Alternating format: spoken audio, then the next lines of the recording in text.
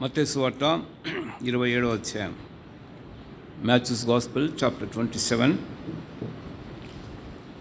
మొదటి నుండి 7 వచనాలు మార్చి చదువుదాం. 28. మత్తయి సువార్త 28వ అధ్యాయము మొదటి 7 వచనాలు మార్చి చదువుకుందాం. విశ్రాంతి దినము గడిచిపోయిన తర్వాత ఆదివారం తెల్లవారుచుండగా మగ్దలేనే మరియయు వేరొక మరియయు సమాధిని చూడవచ్చుడి.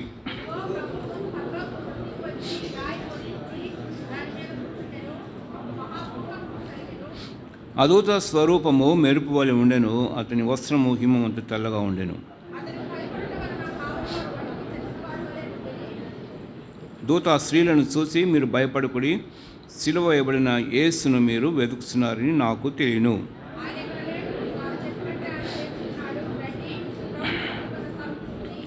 త్వరగా వెళ్ళి ఆయన మృతుల్లో నుండి లేచి ఉన్నాడని ఆయన శిష్యులకు తెలియజేయుడి. ఇదిగో ఆయన గలిలయలోనికి మీకు ముందుగా వెళుతున్నాడు, అక్కడ మీరు ఆయనను చూతురు, ఇదిగో మీతో చెప్పితిని అనడు. చిన్న భాగము యోహాను సువార్త 21వ అధ్యాయము 9వ వచనం. జాన్స్ గాస్పెల్ 21:9 కలిసి చదువుకుందాం. వారు దిగి దారికి రాగానే అక్కడ నిప్పులను వాటి మీద ఉంచబడిన చేపలను రొట్టెయు కనపడెను. ప్రేమగల మా తండ్రి యేసుక్రీస్తు వారి శక్తిగల పునరుత్థాన నామములో మీ పాసని సాగిలపడి స్తుతిస్తున్నాం, ఆరాధిస్తుంటున్నాం. దాన్ని మీరు మృతుల్లో నుండి లేచి ఉండటం ద్వారా మా జీవితాల్లో అనుగ్రహించిన దాన్ని ఆత్మీయ ఐశ్వర్యాలను బట్టి వందనం చెల్లిస్తున్నాం. మాకు నిరీక్షణ ఇచ్చారు, విశ్వాసం ఇచ్చారు, నీతిమంతులుగా తీర్చారు.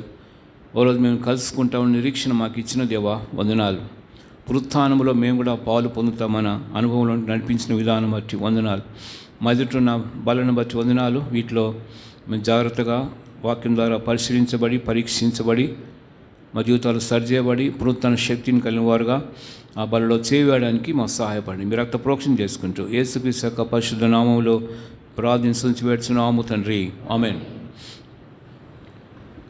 యేసుక్రీస్తు వారు మృతుల్లో నుండి పునరుత్థానుడుగా లేచాడు.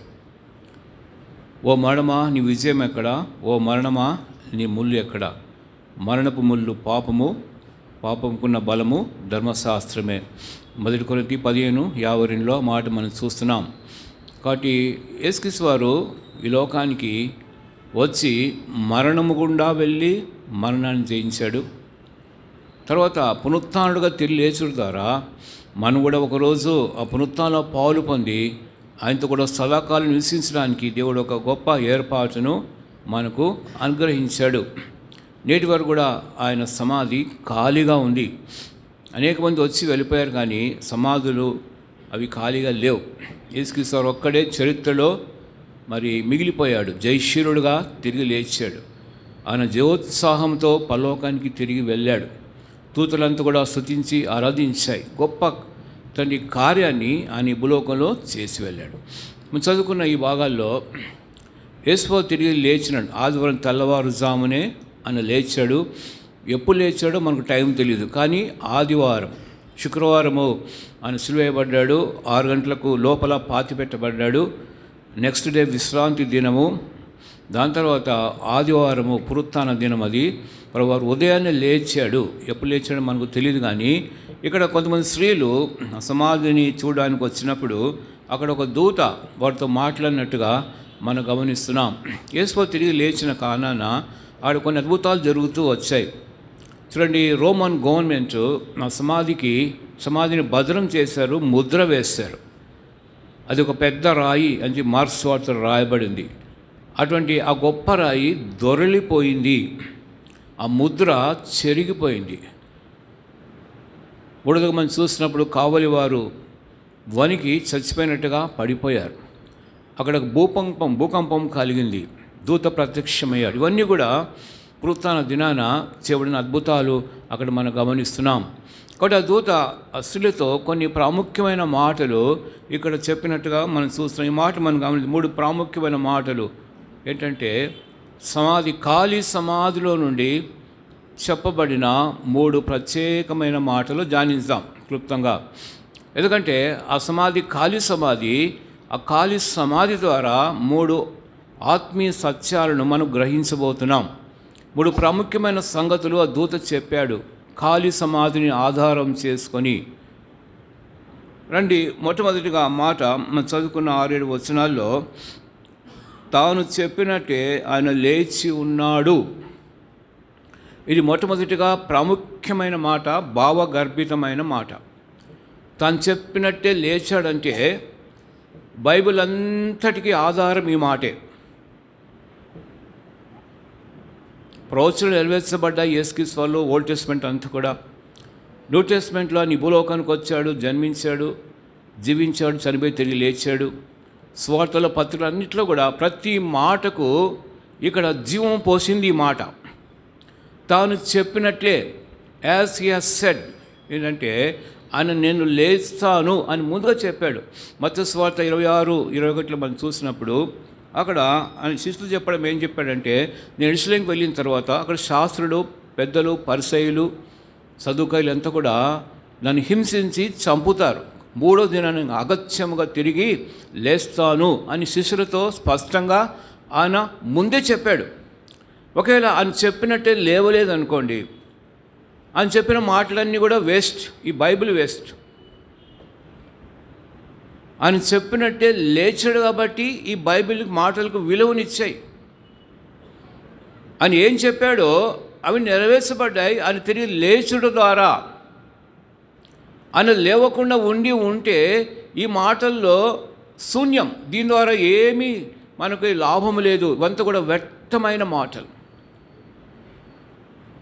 కాబట్టి ఆయన చెప్పినట్టు తిరిగి లేచిన కానాన ఇప్పుడు ప్రతి మాటకు దేవుడు జీవం పోసాడు. ఆయన చెప్పినట్టు లేచాడు కాబట్టి దేవుని మాటలో సత్యం ఉంది. ఆయన చెప్పినట్టు లేచాడు కాబట్టి దేవుని మాటలో వెలుగుంది. ఆయన చెప్పిన మాటలో లేచాడు కాబట్టి ఈ వాక్యానికి శక్తి ఉంది. ఆ వాక్యం అంతా మాట్లాడుతుంది, ఎందుకంటే సజీవుడు. ఆయన సజీవుడు కాబట్టి ఈయన వాక్యం కూడా సజీవమైన వాక్యం. మన హృదయాన్ని పరిశోధించే వాక్యం. మన పాపపు బ్రతుకును బయటికి వేసే ఈ యొక్క శక్తికరమైన వాక్యము మనం కలిగి ఉన్నాం. అని చెప్పినట్టే లేచాడు కాబట్టి ఈ గ్రంథానికి విలువ ఇవ్వబడింది. ప్రతి మాటలో దేవుడు జీవం పోసాడు. It's not a dead book, it is a living book. ఇందులో ప్రతి మాటలో జీవం ఉంది.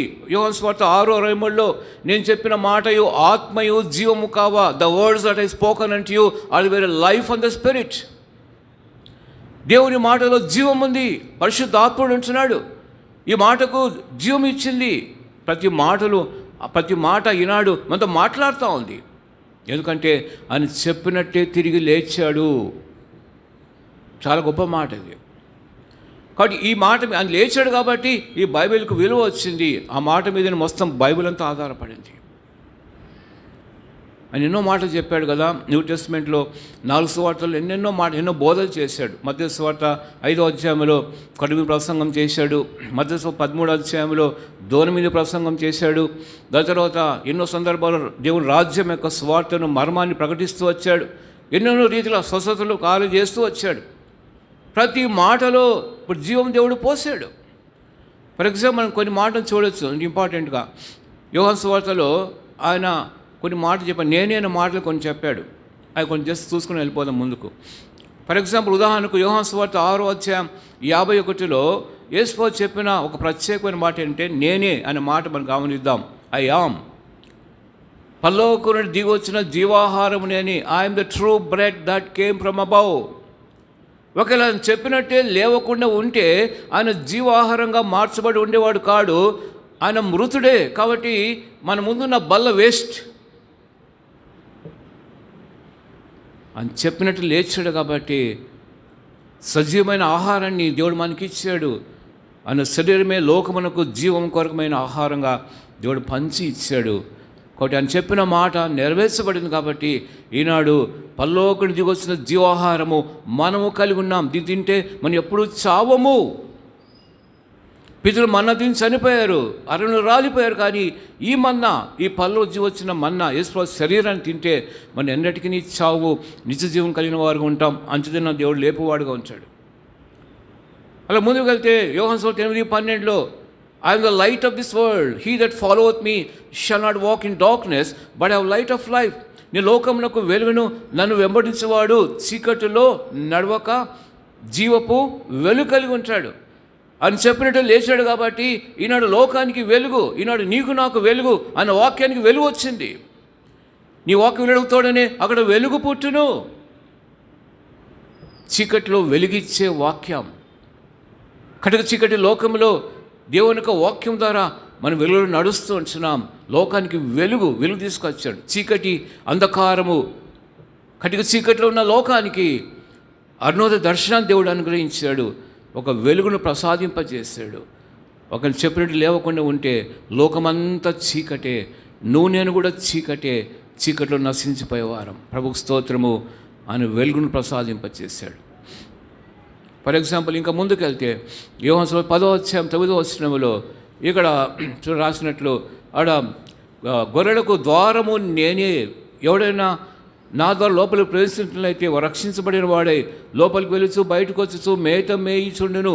గొర్రెలకు ద్వారం అని చెప్పినట్లు లేవకుండా ఉంటే రక్షణ ద్వారము మనకు తెరిచి ఉండబడేది కాదు, మన రక్షింపబడి ఉండేది కాము, మా జీవితాలు మార్చబడి ఉండేవి కావు. పాపములో నిత్య నాశనానికి మనం పరిగెత్తి అక్కడ నశించిపోయే పరిస్థితి, నిరీక్షణ లేదు మనకు. అది ఒకటే ద్వారం. ఆ ద్వారం ప్రవేశించినప్పుడు మనం రక్షింపబడ్డాము అని చెప్పినట్టు లేచాడు. కాబట్టి ఒక రక్షణ ద్వారాన్ని తెరిచాడు. ఆ ద్వారంలో మనం ప్రవేశించాం, రక్షించబడ్డాం. ఇది 3వ మాట. 4వది యోహాను సువార్త 10వ అధ్యాయం 11వ వచనంలో మాట ఉంది, నేను గొర్రెలకు మంచి కాపరిని, మంచి కాపరి గొర్రెల కొరకై తన ప్రాణం పెట్టును అని చెప్పినట్టు లేచాడు. కాబట్టి ఈనాడు మన కాపరిగా మనం పోషిస్తున్నాడు, నడిపిస్తున్నాడు, ఎత్తుకుంటున్నాడు కదా. గొర్రెలు మంచి కాపరి వలె గొర్రెలను ఆయన మేపుతున్నాడు. ఈనాడు దేవుడు సంఘములో ఆయన మంచి కాపరిగా ఆయన మనం మేపుతున్నాడు, నడిపిస్తున్నాడు, పోషిస్తున్నాడు, ఆదరిస్తున్నాడు, ధైర్యపరుస్తున్నాడు. రొమ్మును ఎత్తుకొనొచ్చు మోసుకొని వాడుగా ఉంటున్నాడు. మన భారాన్ని భరించే కాపరిగా ఉంటున్నాడు. మన కొరికి ప్రాణం పెట్టి ఆయన మనం రక్షించిన వాడుగా ఉంటున్నాడు. ఆయన కాపరిగా అయ్యాడు, చెప్పినట్టు లేచాడు. కాబట్టి ఈనాడు ఆయన కాపరత్వం కింద మనం నడిపించబడుతున్నాం. కాబట్టి గొర్రెపిల్ల, సింహాసనం మధ్య ఉన్న గొర్రెపిల్ల చూడండి, అక్కడ నీటి ఊటకు నడిపించును. దేవుడు ప్రతి బాష్పని తుడిచేవాడుగా ఉంచాడు. సింహాసనం మధ్య ఉన్న గొర్రెపిల్ల యేసుక్రీస్తు వారే. ఆయన జీవజల బుగ్గలెదకు మనం నడిపించి మన దాహాన్ని తీర్చి మన యొక్క బాష్పని తుడిచేవాడుగా ఆయన ఉంచినాడు. ఇంకా ముందుకు వెళ్తే మనం చూసినప్పుడు యోహాను సువార్త 11:25 చూసాం, పునరుత్థానం జీవమునేని, దాని విశ్వాసము చనిపోయిన బ్రతుకును నా విశ్వాసం ఉంచేవాడు ఎన్నటికీ నీ చనిపోడు. I am the resurrection and the life, he that believe with me will never die. పునరుత్థానం జీవం ఆయనే. ఆయన పునరుత్థానాడు కాబట్టి మనం తిరిగి లేపబడబోతున్నాం ఒకరోజు మహిమా దేహములతో. ఆయన చెప్పినట్టే లేవకుండి ఉంటే ఆ మాటకు విలువ లేదు. ఇంకా మనం ముందుకెళ్తే యోహాను సువార్త 14:6 నేనే మార్గమును సత్యమును జీవనై ఉంటున్నాను, నా ద్వారానే తప్ప ఎవడు కూడా పరలోకానికి రాలేడు. కాబట్టి ఆయన చెప్పిన లేచాడు. కాబట్టి ఆయన జీవము, ఆయనే మార్గము, ఆయనే ద్వారం. ఆయన ద్వారా మనం పరలోకానికి తండ్రి ఎద్దుకు చేరువారుగా ఉంటాం, పరలోకం చేరువారుగా ఉంటాం. చెప్పినట్టు లేవకుండా ఉంటే మనకు మార్గం ఉండేది కాదు, జీవం ఉండేది కాదు, నిరీక్షణ ఉండేది కాదు. ఫైనల్గా మనం యోహాను సువార్త 15:5 నేను నిజమైన ద్రాక్షవల్లిని, తీగలు మీరు. ఎవరు ద్రాక్షలు నిలిచి ఉంటారో వారు ఫలించేవారుగా ఉంటారు అని చెప్పినట్టే లేవకుండా ఉంటే తీగలుగా మనం ఎండిపోయేవారం. తీగలు ద్రాక్ష వల్ల ఉంటే ఫలిస్తాయి అంటే మనము అగ్నికే ఆహుతయ్యేవారం. మనం ఆ తీగలు అగ్నిలో ఫలించకపోతే అగ్నిలో కాల్చివేయబడతాయి. అది మన పరిస్థితి. కాబట్టి జస్ట్ ఉదాహరణ కొన్ని చెప్పాను. ఇంకా చాలా అన్ని మాటలు చాలా ఉన్నాయి. నిజంగా బైబిల్లో క్లుప్తపరిచి రాయబడింది. సువార్తలో యోహాను సువార్త రాయబడింది. నిజంగా యేసుక్రీస్తు వారు చెప్పిన బోధ మహత్కార్యాలు రాస్తే ఈ భూలోక గ్రంథాలన్నీ కూడా సరిపోయే కావని చెప్పి యోహాను భక్తులు రాస్తుంటే, అంటే కొన్ని మాటలు మనం వల్లించాం, జస్ట్ చెప్పామంతే. ఆయన చెప్పినట్టు ఆయన లేచాడు. కాబట్టి ఈ మాటలకు అన్నిటి కూడా విలువ ఇవ్వబడింది, జీవం పోయబడింది. ఈనాడు జీవం కలిగిన వాక్యముల ద్వారా ఈనాడు మనము తృప్తిపరచబడుతున్నాం, మనము సజీవులో చేయబడుతున్నాం, జీవింపజేయబడుతున్నాం. సో మొదటి ఎంటీ టూమ్ నుంచి, ఖాళీ సమాధి నుండి పలుకబడిన ఒక ప్రాముఖ్యమైన మాట, తాను చెప్పినట్టే ఆయన లేచాడు. ఈనాడు ఆయన లేచిన వాడుగా ఉంటున్నాడు, సజీవుడుగా. ప్రకటన 1:18 ఇదిగో మృతునైతిని, ఇక యుగములకు సజీవుడునైనాను, మరణమైకి పాతాళకు తాళపు చెవులు నా స్వాధీనంలో ఉన్నవి. సో రెండో మాట చూద్దాం. ఆయన ఇక్కడ లేడు. ఇది చాలా విలువైన మాట. ఆయన ఎక్కడ లేడంట? సమాధిలో లేడు. ఆయన సమాధిలో లేడు కాబట్టి ఇప్పుడు ఎక్కడున్నాడు చెప్పండి? ఆయన సమాధి లేడు కాబట్టి ఇప్పుడు ఎక్కడుంటున్నాడు? ఆయన మొట్టమొదటిగా మన హృదయాల్లో నివసిస్తున్నాడు. ఆయన అక్కడ లేడు కాబట్టి సంఘంలో సంచరిస్తున్నాడు. ఆయన అక్కడ లేడు కాబట్టి ఆయన ఈ భూలోకంలో అన్ని చోట్ల ఒకే సమయంలో ఆయన సంచరించేవాడుగా ఉన్నాడు. ఆయన అక్కడ లేడు కాబట్టి ఈనాడు ఆయన మనం నడిపిస్తుంటున్నాడు. ఆయన అక్కడ లేడు కాబట్టి ఈనాడు మనం ఉద్ధరిస్తుంటున్నాడు. ఆయన అక్కడ లేడు కాబట్టి ఈనాడు మనం ఓదార్స్తుంటున్నాడు. ఆయన అక్కడ లేడు కాబట్టి మన భారాలు భరిస్తుంటున్నాడు. ఆయన అక్కడ లేడు కాబట్టి పరలోకానికి తీసుకుపోయేవాడుగా ఉంటున్నాడు. ఒకవేళ అక్కడే ఉంటే ఇంకా దౌర్భాగ్యమైన పరిస్థితి. ఈ లోకంలో అనేక మంది మహానుభావులు వచ్చారు. కొన్ని మనం గమనించవచ్చు కదా. హిట్లర్, తర్వాత టైటస్, వీళ్ళంతా కూడా రోమ చక్రవర్తులు యూదులను వణికించి కొన్ని లక్షల మంది యూదులను చంపేశారు. యూదులను వణికించారు. లక్షల మందిని చంపబడ్డాయి. అలెగ్జాండర్ ది గ్రేట్ తను యవనస్తుడిగా 33 సంవత్సరాలు ఉన్నప్పుడే ఆల్మోస్ట్ రాజ్యాలను జయించగలుగుతూ వచ్చాడు.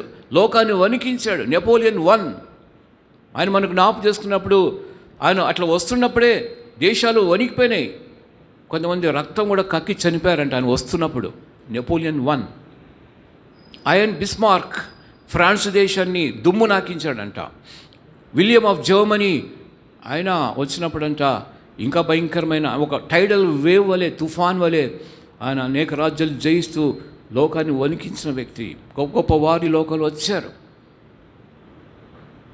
గొప్ప గొప్ప కార్యాలు చేశారు, లోకాన్ని వణికించారు, లోకాన్ని శాసించారు, లోకాన్ని ఏలారు నియంతలుగా. అందరూ చనిపోయారు. మరణం అవశ్యం. సమాధి చేయబడ్డారు. వారంతా కూడా ఎక్కడున్నారు చేసినా అక్కడే. ఏం లాభం? నువ్వు గొప్పవాడుగా ఈ లోకానికి వచ్చావు, లోకాన్ని వణికించావు, శాసించావు, ఎన్నెన్నో చేశావు, పుణ్యకాలంలో చేసిండొచ్చు. చనిపోయినాక నువ్వు నీ సమాధి అక్కడే, అందులోనే ఉన్నావు. యేసుక్రీస్తు వారు ఒక్కడే ఖాళీ సమాధి, ఆయన అక్కడ లేడు. అందుకే లూకా సువార్త 24వ అధ్యాయంలో దూత శీలతో చెప్పారు ఏంటంటే, సజీవుడైన వారిని మృతుల లోకంలో మీరెందుకు వెతుకుచున్నావు? వై ఈ seek the living among the dead. ఆయన సజీవుడు, ఆయన సమాధి ఖాళీ, అక్కడ వెతకాల్సిన అవసరత లేదు. ఈనాడు అనేక మంది విశ్వాసులు మృతులను వెతుకుతూ ఉన్నారు. ఆయన అక్కడ లేడు కాబట్టి సమాధి దగ్గరికి వెళ్ళి పూజ చేస్తున్నారు. What a terrific tragedy it is. సమాధుల పండుగ లేదు మన క్రైస్తవులకు, ఆచరించకండి. ఆయన అక్కడ లేడు, సమాధిలో లేడు. ఆయన సజీవుడు, ఆయన మన మధ్య, మనతో ఉన్నాడు. ఆయన నివాసం ప్రజల మధ్య ఉంది. ఆయన మనతో మాట్లాడుతున్నాడు. ఆయన మనం సరి చేస్తుంటున్నాడు. ఆయన మనం ఓదార్చున్నాడు, మనతో ఉంటున్నాడు. దేవుని నివాసం ప్రజల మధ్య ఉన్నది. దేవుడు ఆయనతో వారితో మనతో కాపురం చేయను. ఆయన అక్కడ లేడు. అనేక మంది అక్కడ ఉన్నారు కానీ యేసువారు ఒక్కడే అక్కడ. ఎందుకంటే మరణాన్ని జయించాడు, మరణములోనే బంధించాడు. అపవాది మరణం యొక్క బలంగాని అపవాదిని మరణం ద్వారా జయించగలిగాడు. ఎబ్రీ రాసిన పత్రిక 2:11 మనం చూడొచ్చు. కాబట్టి పిల్లలు రక్తమాంసం గలవారైనందున మరణం యొక్క బలంగా అపవాదిని మరణం ద్వారా జయించడానికి రక్తమాంసంలో ఆయన పాలు పొందువాడాయను. కాబట్టి మరణం జయించాలంటే ఆయన మరణం గుండా వెళ్ళాలి. మరణం గుండా వెళ్ళాడు, మరణం జయించి తిరిగి లేచాడు.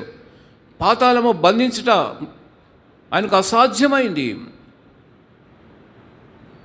ఆయన ఖాళీ సమాధి, ఆయన అక్కడ లేడు.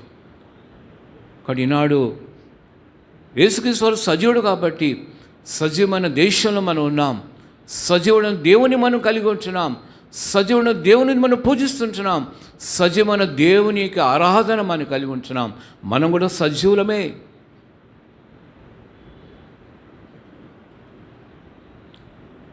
ఇది ఆయన అక్కడ లేడంటే ఇది పునరుత్థాన శక్తికి సాదృశ్యం. ఇది నువ్వు చెప్పానేమో, లోకంలో అన్ని శక్తులు ఎన్నెన్నో శక్తులు ఉన్నాయి, కానీ పునరుత్థాన శక్తి చాలా గొప్పది. ఫర్ ఎగ్జాంపుల్, లోకంలో కొన్ని పవర్స్ ఉన్నాయి. ఏంటంటే అటామిక్ పవర్ అని, న్యూక్లియర్ పవర్ అని, ఇంకెన్నెన్నో పవర్స్ ఉంటున్నాయి.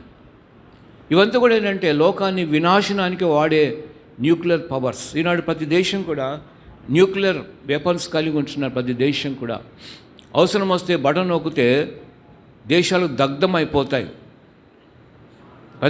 మన ఇండియాలో కూడా అణుబాంబులు వాళ్ళు కలిగి ఉన్నారు. ఇదంతా ఏంటంటే లోకం వినాశనానికి వాడే శక్తులు. కానీ ఇక్కడ అన్ని శక్తుల కంటే ఒక శక్తి ఏంటంటే పునరుత్థాన శక్తి. ఈ శక్తి మనిషిని జీవితాన్ని మార్చే శక్తి, మనిషిని చనిపోయే మనిషిని లేవనెత్తే శక్తి, మనిషి బ్రతుకును మార్చి క్రీస్తు స్వరూపంలోనికి, క్రీస్తు పోలికలోనికి తీసుకొచ్చే శక్తి. ఈ పునరుత్థాన శక్తి పాపాన్ని జయించే శక్తి, లోకాన్ని జయించే శక్తి, అపవాదిని జయించే శక్తి, అపవాది శక్తులను బంధించడానికి శక్తినిచ్చే పునరుత్థాన శక్తి దేవుడు నీలో నాలో పోసాడు. ఈ మంటిఘటములో దేవుడు గొప్ప ఐశ్వర్యాన్ని పెట్టాడు. ఇది మంటిఘటమే. దాన్ని క్రీస్తు పునరుత్థాన యేసుక్రీస్తు మళ్ళీ నివసిస్తున్నాడు. లోకమును జయించిన విశ్వాసమే మన విజయం. దేవుని మూలంగా పుట్టిన వాళ్ళు లోకమును జయించదురు. 1 యోహాను 4:4 మీలో లేకపోతే మనలో ఉన్నవాడు లోకంలో అంటే గొప్పవాడు కాబట్టి మీరు వాళ్ళని జయించున్నారు. గొర్రెపిల్ల రక్తం బట్టి తమతో సాక్ష్యం బట్టి మీరు వారిని జయించున్నారు. యేసుప్రభు జయోత్సాహంతో తిరిగి లేచాడు. విశ్వాసి కూడా ఆ విజయంలో దేవుడు పాలు పంపులు ఇచ్చాడు. పునరుత్థాన శక్తి గొప్ప శక్తి. వేరే శక్తులన్నీ కూడా they are for destruction and the power of resurrection is for construction. పునరుత్థాన శక్తి ద్వారా పాపాన్ని జయించి క్రీస్తు స్వరూపంలోకి వస్తాం. కానీ తలంపు ఏంటంటే బలో పాలు పొందు మనము. ఈ పునరుత్థాన శక్తి లేకపోతే నువ్వు పాపాన్ని జయించలేవు. ఈ పునరుత్థాన శక్తి లేకపోతే శోధన జయించలేవు. ఈ పునరుత్థాన శక్తి లేకపోతే నువ్వు అపవాదిని జయించలేవు. ఓడిపోయేవాడుగా ఉంటావు. దేవుడు ఓడిపోవాలని నిన్ను పెట్టలేదు. ఆయన మూలంగా మనం లోకం జయించిన వారుగా ఉంటున్నాం. కాబట్టి జయజీతం కలిగిన వారు ఉన్న దేవుడు ఆశిస్తుంటున్నాడు పునరుత్థాన శక్తి ద్వారా. ఆది అపోస్తులు మనం చూసిన అపోస్తుల కార్యములో వారు లోకాన్ని తలకిందులు చేశారు. వారు ఎక్కడికి వెళ్తే అక్కడ లోకం తలకిందులు అయిపోయేది. వారు ఎక్కడికి వెళ్తే అక్కడ విజయము, వారు ఎక్కడికి వెళ్తే అక్కడ దేవుని స్వార్థ ప్రకటించడం ద్వారా అనేక ఆత్మలు రక్షించబడుతూ వచ్చాయి. బంధించడానికి ప్రయాసపడ్డారు కానీ బంధించలేకపోయారు. చెరసాలు తెరవబడ్డాయి. ఖైదీలకు సంఖ్యలు ఊడిపడ్డాయి. ద్వారాలు తెరవబడ్డాయి. భూకంపాలు జరిగాయి. మృతులు లేపబడ్డారు. This all the power of resurrection. విశ్వాసం ఎక్కడికి వెళ్తే అక్కడ లోకం తలకించే శక్తి దేవుడు పునరుత్థాన శక్తి ఇచ్చాడు, కానీ మనం వాడుకోలేకపోతున్నాం. విశ్వాసం ఎక్కడుంటే అక్కడ దేవుని కార్యాలు జరుగుతాయి. విశ్వాసం ఎక్కడికి వెళ్తే అక్కడ దేవుని యొక్క శక్తిని అక్కడ దేవుడు ప్రవహింపజేసేవాడు ఉంటాడు. కాబట్టి మన శక్తిని మనం కలిగి ఉండలేము, వాడుకోలేకపోతున్నాం. ఓడిపోయిన క్రైస్తులుగా ఉన్నాం. ఆ శక్తి మనం వినియోగించలేకపోతున్నాం. ఆ శక్తి పునరుత్థాన యేసుక్రీస్తు మనల్ని నివసిస్తున్నాడు. ఆ శక్తిని మనం కలిగి ఉన్నామా? కలిగి లేకపోతే బలం మనం పాలు పొందలేము. ఇది రెండవ ప్రశ్న. రెండవ మాట. మూడవ చూడండి ఇక్కడ మత్తయి సువార్త 27వ అధ్యాయం 28వ అధ్యాయం. మొదటి మాట అతను చెప్పినట్టు లేచాడు. రెండవది ఆయన ఇక్కడ లేడు. ఇవన్నీ చాలా ప్రాముఖ్యమైన అనుభవాలు ఇవి. మూడవది చూడండి, ఇదిగో ఆయన గలిలయలోనికి మీకు ముందుగా వెళ్ళుచున్నాడు.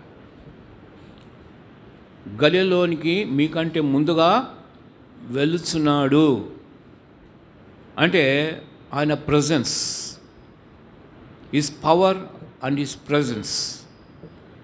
ఆయన ముందుగా వెళ్ళువాడు. మనకంటే ముందు వెళ్ళాడు ఆయన. మనకంటే ముందుగా ఆయన మరణం గుండా వెళ్ళాడు. మనకంటే ముందుగా పునరుత్థానులకు తిరిగి లేచాడు. మనకంటే ముందుగా పరలోకాన్ని ఆరోహణయ్యాడు, మనకంటే ముందుగా వెళ్ళి పరలోకంలో స్థలాన్ని సిద్ధపరుస్తున్నాడు, మనకంటే ముందుగా వెళ్ళి తండ్రి సముఖంలో ప్రధాన యాజకుడిగా మన భార్యని భరిస్తున్నాడు, మధ్యాకాశం ప్రత్యక్షం కానే ఉన్నాడు. మనకంటే ముందుగా వెళ్ళకపోతే ఏ కార్యాలు జరగవు. ఎందుకంటే మనం నడిపించేవాడు ఆయన, మన రాజు. ఇశ్రాయేలు ప్రజల జీవితాన్ని మన అరణ్యంలో చూస్తున్నప్పుడు ఆయన ముందుగా వెళ్ళాడు. నిర్గమకాండం 13వ అధ్యాయం చూసినప్పుడు పగలు మేఘస్తంభములో నాకు రాయబడింది, రాత్రి అగ్నిస్తంభములో దేవుడని యెహోవా వారికంటే ముందుగా వెలుచు వచ్చెను. కాబట్టి వాళ్ళని జ్ఞాపకం చేసుకున్నప్పుడు యోషువ గ్రంథం మనం చూసినప్పుడు దేవుడు వాగ్దానం ఇచ్చాడు యెహోషువకు, మోషేకు తోడినట్టు నీకు నేను తోడుగా ఉందును. I am the lord that goeth before thee. నీ తోడుని యెహోవా నీకు ముందుగా నడుచును, నీకు తోడుగా ఉంటా, భయపడకము, జడియకము. యోర్దాను నదిలో ముందుగా మందసం వెళ్ళింది. యోర్దాను నది 2 పాయలుగా 6 నెలలు వెళ్ళిపోయారు. ఆయన రాజుగా ముందుగా వెళ్ళి మన కొరికి యుద్ధం చేసేవాడుగా మనం గమనించవచ్చు. ఆయన ముందుగా వెళ్ళాడు. ఇక్కడ గల్లోనికి ముందుగా వెళ్ళాడు. చూడండి ఏం చేస్తాడో చూసుకొని ముగించుకుందాం రండి. 28వ అధ్యాయం మత్తయి సువార్తలో అని చెప్పినట్టే గలిలోనికి ఎందుకు వెళ్ళాలి అంటే, ఎందుకు he wanted to go to Galilee before them?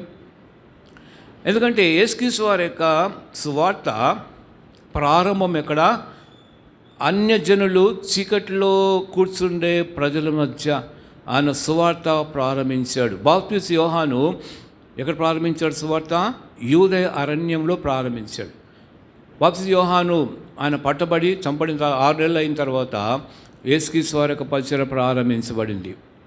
So ఆయన గలిలయలో తన సువార్త పరిచర్య ప్రారంభించాడు. చూడొచ్చు మత్తయి సువార్త 4వ అధ్యాయంలో.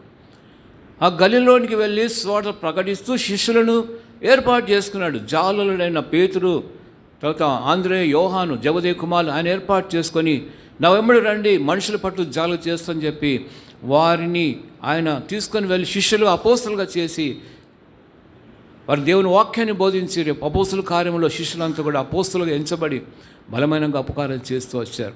సో గాలిలీ అనేది it is noted for call and commission.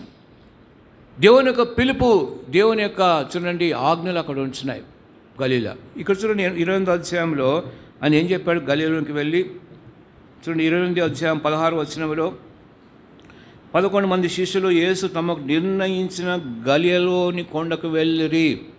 కాబట్టి యేసుక్రీస్తు శిష్యుల కంటే ముందుగా గలిలలోనికి వెళ్ళి అక్కడ ఉన్నాడు. ఇప్పుడు నిర్ణయించిన స్థలం అది గాలిలీ. అక్కడికి వెళ్ళి ఉన్నప్పుడు శిష్యులు ఆయన కలుసుకున్నారు. ఆయనకి ఏమో చెప్పాడు కొన్ని. ఇక్కడ చూడండి కొంతమంది సందేహించారు, మొక్కారు, ఇవన్నీ కూడా ఉన్నాయి.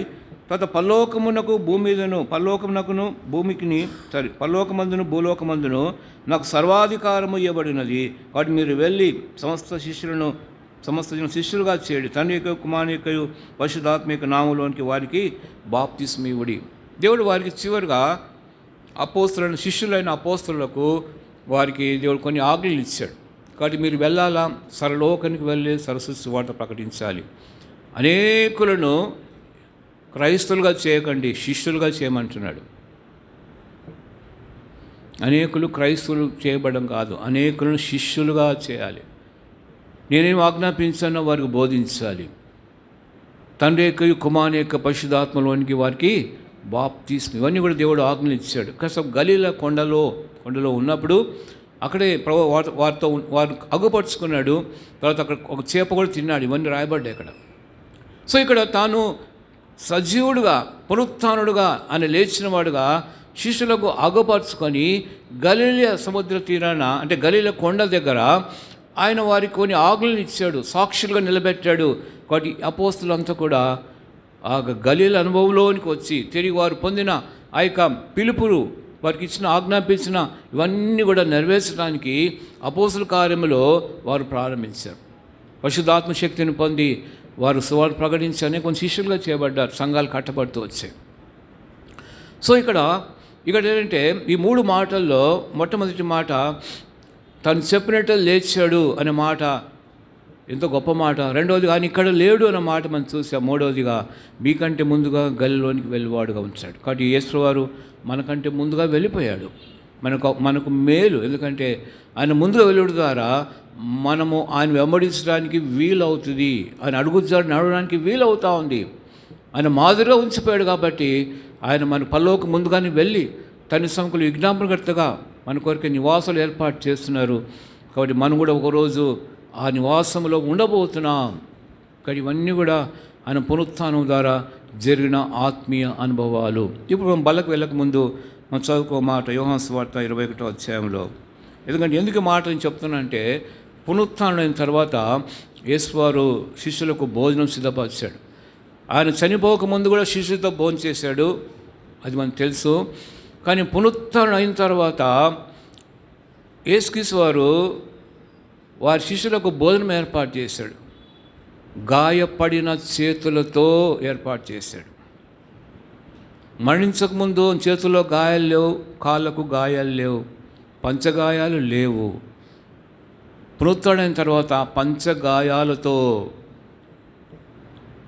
ఆయన శిష్యులకు భోజనం ఏర్పాటు చేస్తాడు. యేసుక్రీస్తు వారి యొక్క గాయములు ముద్ర చిరకాలం ఉంటాయి. అవి చెరిగిపోయినటువంటి ముద్రలు. పల్లోకి చూడొచ్చు మనం. పంచగాయాలు నేటి కూడా ఉన్నాయి, అవి ఎప్పుడూ ఉంటాయి. ఒకటి యేసుక్రీస్తు వారు ప్రేమతో శిష్యులకు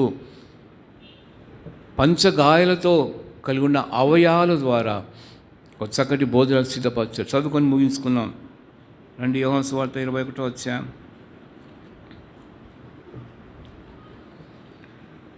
వారు దిగి దరికి రాగానే అక్కడ నిప్పులను వాటి మీద ఉంచబడిన చేపలను రొట్టెయు వారికి కనబడెను. కాబట్టి యేసువారు ఇక్కడ శిష్యులు మధ్య సందర్భం ఏంటంటే పక్కకి వెళ్ళిపోయారు. అవిశ్వాసులై నిరీక్షణ కోల్పోయి పేతురు లీడర్ అయిపోయాడు. పేతురుతో పాటు 6 మంది, మొత్తం 7 మంది తిరిగి గలిలోనికి వెళ్ళిపోయారు చేపలు పడ్డానికి. ప్రభువారు ఉదయాన సూర్యోదయమున నిలిచి వారితో మాట్లాడుతూ దర్శించాడు. కుడివైపున వల వేసినప్పుడు విస్తారమైన చేపలు పట్టాడు. 153 చేపలు, మనం చూడట్లేదు అవన్నీ కూడా. తర్వాత వారు దరికి రాగానే ప్రభువారు ఒక చక్కటి భోజనం సిద్ధపరిచాడు. గాయపడిన హస్తాలతో సిద్ధపరిచాడు. బహుశా వారు చూసినొచ్చు ఆయన గాయాలు, శిష్యులు చేతుకున్న గాయాలు, కాళ్ళకున్న గాయాలు చూసి ఉండొచ్చు ఖచ్చితంగా. ఎందుకంటే అది గాయాలు కనపడుతూ ఉంటాయి. సో అక్కడ ఏమున్నాయంటే 3 భాగాలు ఉన్నాయి. ఏంటది? చేపలు. ఇక్కడ చేపలు దేని సాదృశ్యం అంటే సాక్రిఫిషియల్ నేచర్, అంటే ఇక్కడ త్యాగ సహితమైన చేపలుగా మనం చూడవచ్చు. యేసువారు చెప్పినట్టు సముద్రం చేపలతో, ఓ చేపలారా మీలో ఎంతమంది నిప్పుల మీదకి వస్తారన్నప్పుడు కొన్ని చేపలు, మనకు తెలుసు ఎన్ని చేపలు నిప్పుల మీదకి వచ్చాయి. అంటే శిష్యులకు పాఠం నేర్పించడానికి త్యాగము సహితం, సాక్రిఫైస్ కావాలి, త్యాగ సహితమైన అనుభవం కలిగి ఉండాలని శిష్యులకు నేర్పించడానికి నిప్పుల మీద ఉన్న చేపలు చూపిస్తున్నాయి. ఈయన పునరుత్థానుడైన ప్రభువుని మనం కలిగి ఉన్నాం, పునరుత్థాన శక్తిని మనం కలిగి ఉన్నాం. మన జీవితంలో చేప యొక్క అనుభవం ఉందా? నిప్పుల మీదకి వెళ్ళడానికి సిద్ధపరచబడుతున్నామా? సమర్పించుకొని త్యాగ సహితమైన అనుభవం కలిగిన వారు ఉన్నామా? ప్రభు కొరకు ఏదైనా సమర్పించుకుంటున్నామా? ఏదైనా త్యాగం చేస్తున్నామా? పౌలు వలె అంత కాకపోయినప్పుడు కూడా ఏదో కొద్ది గొప్ప ప్రభు కొరకే త్యాగం, సమర్పణ జీవితం మనం కలిగి ఉన్నామా? చేపలు నేర్పిస్తున్నాయి, మాట్లాడుతున్నాయి. పునరుత్థాన దినాన యేసు శిష్యులకు సిద్ధపరిచిన ఈ భోజనంలో చేపలు ప్రధానమైన ఐటెం. అవి మనతో మాట్లాడుతున్నాయి. నీలో నాలో ఎంతవరకు సమర్పణ త్యాగం ఉంది? క్రీస్తు నీ కొరకై సమర్పించుకొని త్యాగ సహితుడుగా రక్తం చిందించి అనేక శ్రమలు పొంది నీ కొరకై ఇంత గొప్ప రక్షణకు సిద్ధపరిచాడే. నువ్వు ప్రభు కొరకై ఏమైనా చేయగలవా? సజీవ యాగంగా నీ శరీరాన్ని బలిగా అర్పించుకోగలవా? క్రీస్తు పాలిన పాటల్లో, శ్రమల్లో నీకు పాలు పంపులు ఉందా? మందిరానికి వచ్చిపోవడం కాదు, ప్రభు కొరకైన త్యాగము కొద్దిగా గొప్ప మనం కలిగి ఉందాం. కానీ పునరుత్థాన దినాన చేపలు మనతో ఏం మాట్లాడుతుందంటే త్యాగము గురించి మాట్లాడుతున్నాయి.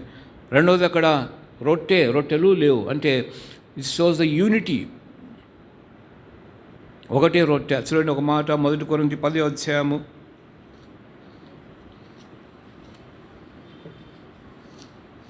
1 కొరింథీ 10వ అధ్యాయం 17 వచనం 17 మనమందరమును ఒకటే రొట్టెలో పాలు పొందుతున్నాము. రొట్టె ఒక్కటే గనుక అనేకులమైన మనము ఒక్క శరీరము. కాబట్టి ఆ ఒక్క రొట్టె ఏం మాట్లాడుతుందంటే అనేకులమైన మనము ఒక్క శరీరములో ఉన్నాము. జీవాహారం రొట్టె ఆయన ఒక్కడే, యేసుప్రభువారే.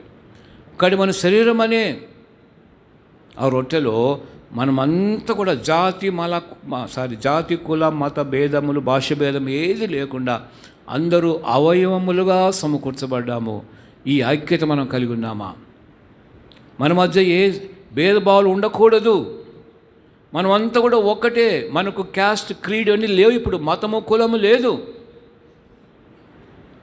ఏ భేదము లేదు. అందరూ కూడా శరీరంలోకి మనం పాలు పొందుతున్నాం. అందుకని రొట్టె ఒకటే ఉంటుంది. ఇప్పుడైతే కరోనాలో మనం వేరు తాగుతూ వేరే సంగతి వదిలిపెడతాం. కాబట్టి ఒకటే పాత్ర, ఒకటే రొట్టె, అది బైబిల్ ప్రకారం అది సత్యం. కాబట్టి యూనిటీ, ఈనాడు మనము ఈ యొక్క ఐక్యత కలిగి ఉన్నామా? సహోదరులుగా సహోదరులుగా సంఘములో ఐక్యత కలిగి జీవిస్తున్నామా? ఇది పునరుత్థాన శక్తి ద్వారానే ఈ ఐక్యత కలుగుతుంది. అందుకని 4వ అధ్యాయం ఎఫెసీయులకు రాసిన పౌలు అంటాడు, సమాధాన బంధం కలిగి ఆత్మ కలిగించు ఐక్యతను కాపాడుకొనుచు మిమ్మల్ని పిలిచిన పిలుపుకు తగినట్టుగా మీరు నడుచుకోండి. Walk worthy of the vocation for which you are called for. సమాధాన బంధము ఆత్మ కలిగించు ఐక్యతను కాపాడుకో. కానీ పునరుత్థాన దినాన ప్రభువుతో మాట్లాడుతున్నాడు. ఆయన ఇక్కడ లేడు, చెప్పినట్టు లేచాడు. మనకంటే ముందుగానే వెళ్ళాడు, తిరిగి రాబోతున్నాడు. చేపలు త్యాగానికి సాదృశ్యంగా ఉన్నాయి, రొట్టె ఐక్యతకు సాదృశ్యంగా ఉంది. కాబట్టి మనం ఈనాడు ఒక మాట చదువుకున్నాం. చూడండి, చదువుకొని ముగించుకుందాం. 24వ అధ్యాయం లూకా సువార్త 24వ అధ్యాయం. యేసువారు ఆరోహణ కాకమునుపు చూడండి ఒక మాట చెప్పి వెళ్ళిపోయాడు. లూకా సువార్త 24వ అధ్యాయం 47వ వచనం. క్రీస్తు శ్రమపడి 3వ దినమున మృతుల నుండి లేచుననియు యెరూషలేము మొదలుకొని సమస్త జనులలో ఆయన పేరట మారు మనసును పాపక్షమాపణ ప్రకటించుననియు రాయబడినది. ఆ సంగతికి మీరే సాక్షులు. కాబట్టి పునరుత్థాన దినం ద్వారా ఈ యొక్క దినములో మనకు తీర్మానం ఏంటంటే మనం సాక్షిగా నిలబడాలి. ఎవరు నిలబడతారు? పునరుత్థాన శక్తి కలిగిన వారే సాక్షులుగా ఉంటారు. దేనికి సాక్షులు? యేసుక్రీస్తు యొక్క ఆయన పరిశుద్ధ కొరకై, లేకపోతే ఆయన నీతి కొరకే సాక్షులు జీవించాలి. పాపక్షమాపణ, మారు మనసు గురించిన సాక్ష్యము మనం కలిగి ఉండాలి. సర్వలోకానికి వెళ్ళి సువార్త చెప్పాలి. ఇదే సాక్ష్యం. కాబట్టి తీర్మానం చేసుకుందాం, ఈ సాక్ష్యం కలిగి రావు దినాల్లో ప్రభుకు సిద్ధపరచడానికి ప్రభు మన సహాయం చేయనుగాక. వాక్యం ద్వారా హెచ్చరించబడిన ప్రకారం మోకాళ్ళ మీద ఉండి మన జీవితాలను పరీక్షించుకుందాం. పునరుద్ధరణ ప్రభువైన యేసుక్రీస్తు వారి గురించి 3 మాటలు మత్తయి సువార్త 28వ అధ్యాయంలో వింటూ వచ్చినాం. తాను చెప్పినట్టు ఆయన లేచున్నాడు. ఆయన ఇక్కడ లేడు, మీకంటే ముందుగా గల్లేకి వెళ్ళి ఉన్నాడు. అలాగే మరి యోహాను సువార్త 21వ అధ్యాయం 9వ వచనంలో నిప్పుల మీద ఉన్న చేపలు త్యాగము, అలాగే రొట్టె ఐక్యత అనే అనుభవంలో మన జీవితాలను పరీక్షించుకొని యోగ్యమైన రీతిలో ఆయన బల్లో పాల్పొందాం గాక.